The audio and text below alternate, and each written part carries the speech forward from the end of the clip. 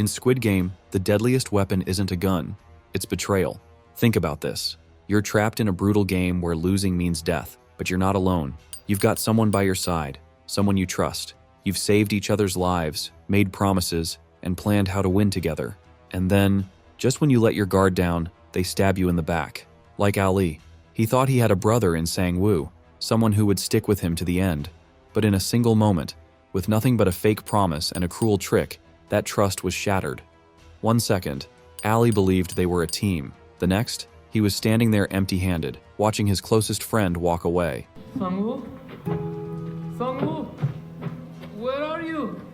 Sang-woo? Sang-woo, hello? I'm done with this side. Sang-woo? In Squid Game, trust isn't just dangerous. It's a trap. Every friendship had an expiration date. Every alliance was just one game away from betrayal. So was backstabbing the only way to survive? Or did Squid Game just reveal people's true nature when the stakes got high? Let's break it all down. If there's one betrayal in Squid Game that left everyone furious, it was this one. Ali and Sang-woo weren't just allies. They were like brothers. Ali had already saved Sang-woo's life back in the second game, pulling him up when he was seconds away from falling to his death.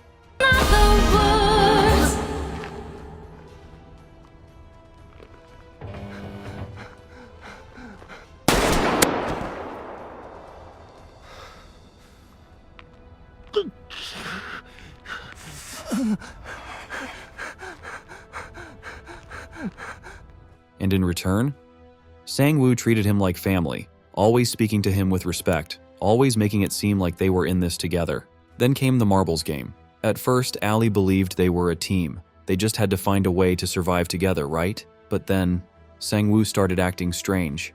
He was too calm, too reassuring. And then, with a warm smile, he handed Ali a fake promise. He told him to trust him, and Ali did. Seconds later, Ali was left standing there with a bag of rocks, while Sang-woo walked away with all the marbles. No argument, no fight, just a quiet, devastating moment of realization. Ali didn't even get to say a word before the guards took him away. And the worst part? Sang-woo didn't even look back. That moment proved something chilling. The most dangerous betrayals aren't the loud ones. They're the ones that feel like a warm embrace, right before the knife sinks in. This betrayal felt different. It wasn't cold. It wasn't calculated. It was desperate. From the start, Gi-hun and Il-nam had an unexpected bond. Il-nam wasn't just another player. He was the oldest, the weakest, the most vulnerable. And yet, instead of casting him aside, Gi-hun protected him. When others ignored Il-nam, Gi-hun stayed by his side, laughed with him, treated him like a person. So when the marbles game was announced, Gi-hun was relieved. He thought they were playing together. But then, the reality hit. One of them had to die. At first, Gi-hun tried to play fair, but as Il-nam started losing track of his marbles, something shifted.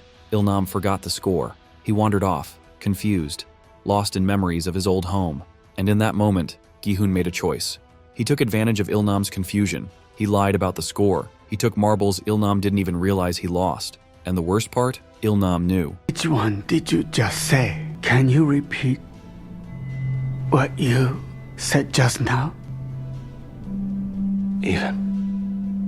Oh, I lost this one. That final look he gave Gi-hun wasn't anger, it was disappointment. But Gi-hun had no other choice, right? Unlike Sang-woo, he didn't want to betray his friend. But in Squid Game, even the kindest players end up breaking their own morals to survive. And the real question is, did Il-nam let him? Some betrayals are quiet. This one was brutal. From the moment Deok-soo stepped into Squid Game, it was clear. He played dirty. He wasn't there to make friends. He was there to dominate, intimidate, and survive at any cost. But even a guy like Deok-soo needed a crew, a gang of players who feared him, followed him, and trusted him to lead. Then came the glass bridge game. That's when everything changed. One wrong step meant instant death. And when it was his turn to move, Deok-soo froze. He refused to go forward, refused to risk his own life. He ordered someone else to take the next step, but his right-hand man hesitated. And in that 1 second of doubt, Deok-soo did what he always did. He took matters into his own hands. He shoved his own ally off the bridge. No second thoughts, no hesitation, just pure self-preservation. In that moment, the people who trusted Deok-soo realized the truth. He never cared about alliances, only himself. And if that wasn't bad enough, he would soon find out what betrayal felt like firsthand. The next betrayal? This one hurts in a completely different way. Because unlike the others, this wasn't about greed or desperation. It was about love, about sacrifice.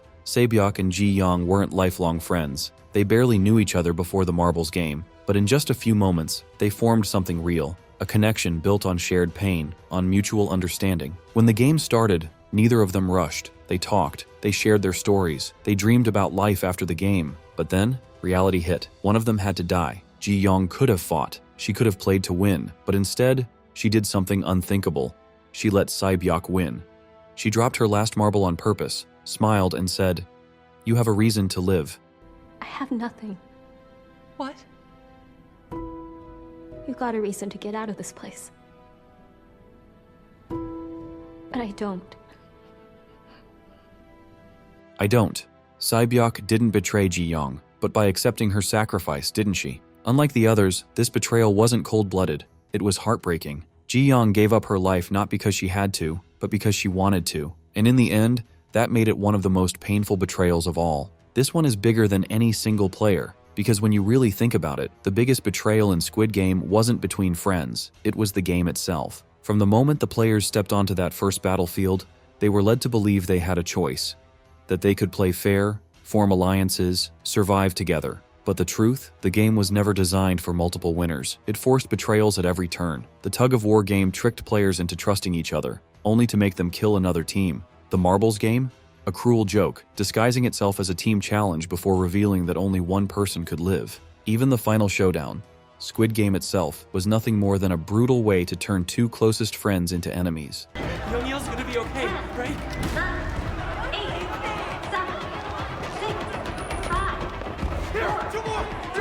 And worst of all, the people running the game didn't just watch.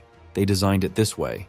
The front man, the VIPs, the twisted architects behind the scenes, they wanted to see how far people would go to survive. And the answer? Farther than anyone ever expected. Betrayal wasn't a choice in Squid Game. It was the only way to win. So after all these betrayals, who was the worst backstabber in Squid Game? Was it Sang-woo, who betrayed the one person who trusted him the most? A man who literally saved his life? Was it Gi-hun, who tricked a dying old man, taking advantage of his confusion just to survive? Which one did you just say? Can you repeat what you said just now? Or was it Deok-soo, who didn't hesitate for even a second before throwing his own ally to his death? Maybe the worst betrayal wasn't from any of them. Maybe it was the game itself. Because in the end, every single player had to betray someone, whether they wanted to or not. And that's the most terrifying part of Squid Game. It wasn't just about winning. It was about revealing who you really are when survival is the only thing that matters. So the real question is, who would you have betrayed?